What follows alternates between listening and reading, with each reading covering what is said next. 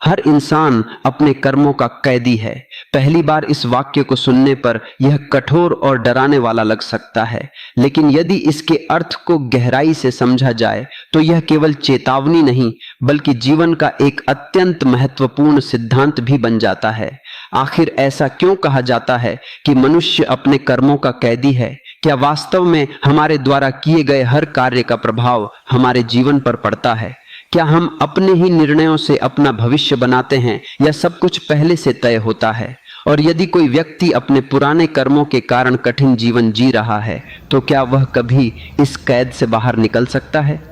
आज हम इन्हीं प्रश्नों के उत्तर खोजने का प्रयास करेंगे।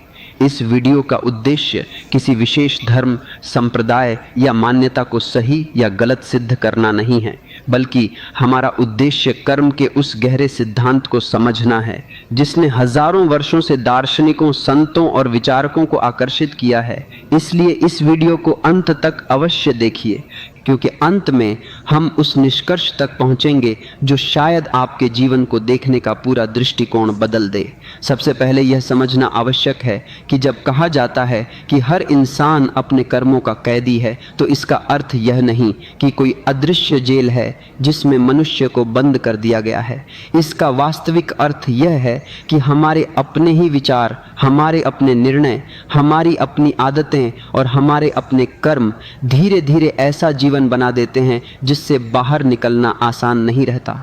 यदि कोई व्यक्ति वर्षों तक क्रोध करता है तो एक समय के बाद क्रोध उसका स्वभाव बन जाता है। यदि कोई व्यक्ति लगातार झूठ बोलता है तो झूठ उसके व्यक्तित्व का हिस्सा बन जाता है। यदि कोई व्यक्ति आलस्य को अपनी आदत बना लेता है तो धीरे धीरे उसका पूरा जीवन उसी आलस्य के अनुसार ढलने लगता है।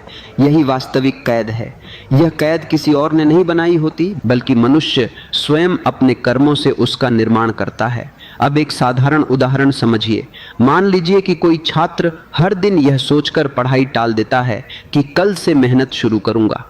पहले दिन कुछ नहीं होता, दूसरे दिन भी कुछ खास फर्क नहीं पड़ता, लेकिन महीनों बाद वही टाल मटोल उसकी सबसे बड़ी समस्या बन जाती है। परीक्षा के समय वह तनाव में रहता है, आत्मविश्वास खो देता है और परिणाम भी खराब आने लगते हैं। अब यदि वह कहे कि मेरा भाग्य खराब है, तो क्या यह पूरी सच्चाई होगी? शायद नहीं, क्योंकि उसका वर्तमान काफी हद तक उसके अपने लगातार किए गए कर्मों का परिणाम है। यही कारण है कि कहा जाता है कि मनुष्य अपने कर्मों का कैदी बन जाता है। इसी प्रकार यदि कोई व्यक्ति वर्षों तक अपने स्वास्थ्य की उपेक्षा करता है, गलत भोजन करता है, व्यायाम नहीं करता और शरीर की अनदेखी करता है, तो धीरे धीरे उसका शरीर उसी जीवन शैली का परिणाम दिखाने लगता है। यहाँ भी कैद किसी बाहरी शक्ति ने नहीं बनाई, बल्कि लगातार दोहराए गए कर्मों ने बनाई। यही बात संबंधों पर भी लागू होती है। यदि कोई व्यक्ति हर बार गुस्से में अपमानजनक शब्द बोलता है, लोगों का विश्वास तोड़ता है और केवल अपने बारे में सोचता है, तो एक समय ऐसा आता है जब लोग उससे दूर होने लगते हैं। तब उसे लगता है कि पूरी दुनिया उसके खिलाफ है, जबकि वास्तविकता यह होती है कि उसके अपने कर्मों ने ही उसके चारों ओर अकेलेपन की दीवार खड़ी कर दी। इसलिए कर्म की सबसे बड़ी विशेषता यह है कि वह केवल भविष्य को प्रभावित नहीं करता, बल्कि वर्तमान में ही हमारे चारों ओर एक ऐसा वातावरण बनाना शुरू कर देता है जिसमें हमें जीना पड़ता है। अब एक और गहरी बात समझिए। भारतीय दर्शन में कर्म का अर्थ केवल बाहरी कार्य नहीं है। विचार भी कर्म है, शब्द भी कर्म है, इरादे भी कर्म हैं। यदि कोई व्यक्ति पूरे दिन नकारात्मक सोचता है, हर समय शिकायत करता है, दूसरों से तुलना करता है और स्वयं को असफल मानता है, तो धीरे धीरे उसका मन उसी सोच का कैदी बन जाता है। बाहर की दुनिया भले न बदले, लेकिन उसके भीतर की दुनिया बदल जाती है। यही कारण है कि महान संतों ने कहा है कि सबसे बड़ी स्वतंत्रता बाहर नहीं, भीतर प्राप्त होती है, क्योंकि यदि मन स्वतंत्र नहीं है तो बाहरी स्वतंत्रता भी अधूरी रह जाती है। अब एक महत्वपूर्ण प्रश्न उठता है, यदि हर इंसान अपने कर्मों का कैदी है तो क्या इस कैद से बाहर निकलना संभव है? यही इस पूरे विषय का सबसे आशावादी पक्ष है। भारतीय दर्शन कहता है कि हाँ, संभव है। लेकिन इसका मार्ग किसी चमत्कार से नहीं बल्कि नए कर्मों से होकर गुजरता है। जिस प्रकार गलत आदतें धीरे धीरे बनती हैं, उसी प्रकार अच्छी आदतें भी धीरे धीरे बनती हैं।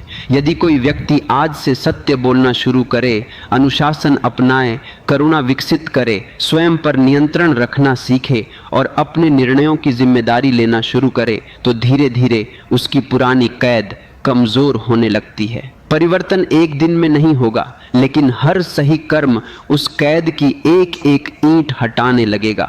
शायद यही कारण है कि लगभग सभी आध्यात्मिक परंपराएं वर्तमान क्षण को सबसे अधिक महत्व देती हैं, क्योंकि अतीत के कर्म बदल नहीं सकते, लेकिन वर्तमान का कर्म हमेशा आपके हाथ में होता है और यही वर्तमान भविष्य की दिशा तय करता है। इसलिए यह कहना कि हर इंसान अपने कर्मों का कैदी है केवल निराशा की बात नहीं है। इसके भीतर एक बहुत बड़ी आशा भी छिपी है, क्योंकि यदि हमारे कर्म हमें बांध सकते हैं तो वही कर्म हमें मुक्त भी कर सकते हैं। सवाल केवल इतना है कि आज हम कौन सा निर्णय लेते हैं। क्या हम वही पुराने कर्म दोहराएंगे जिन्होंने हमें कमज़ोर बनाया, या नए कर्म चुनेंगे जो हमें भीतर से मजबूत बनाएंगे?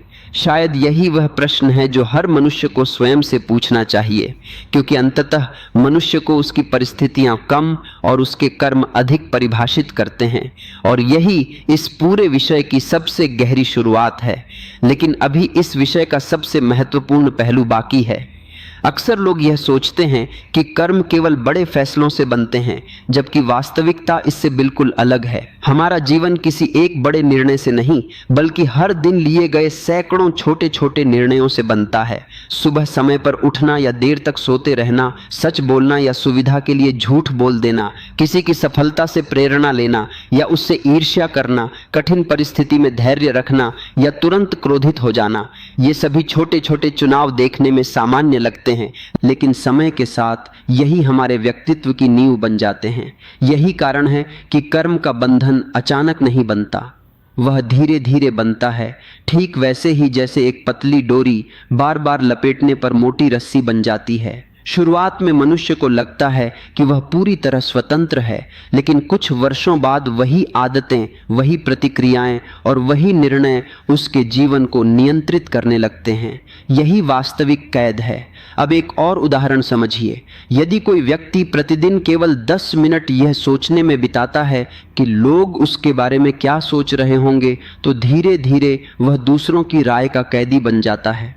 वह अपने निर्णय भी अपने मन से नहीं बल्कि लोगों की स्वीकृति पाने के लिए लेने लगता है। दूसरी ओर यदि कोई व्यक्ति हर दिन थोड़ा सा समय आत्मचिंतन में बिताता है, अपनी गलतियों को स्वीकार करता है और स्वयं को बेहतर बनाने का प्रयास करता है, तो धीरे धीरे वह भीतर से स्वतंत्र होने लगता है।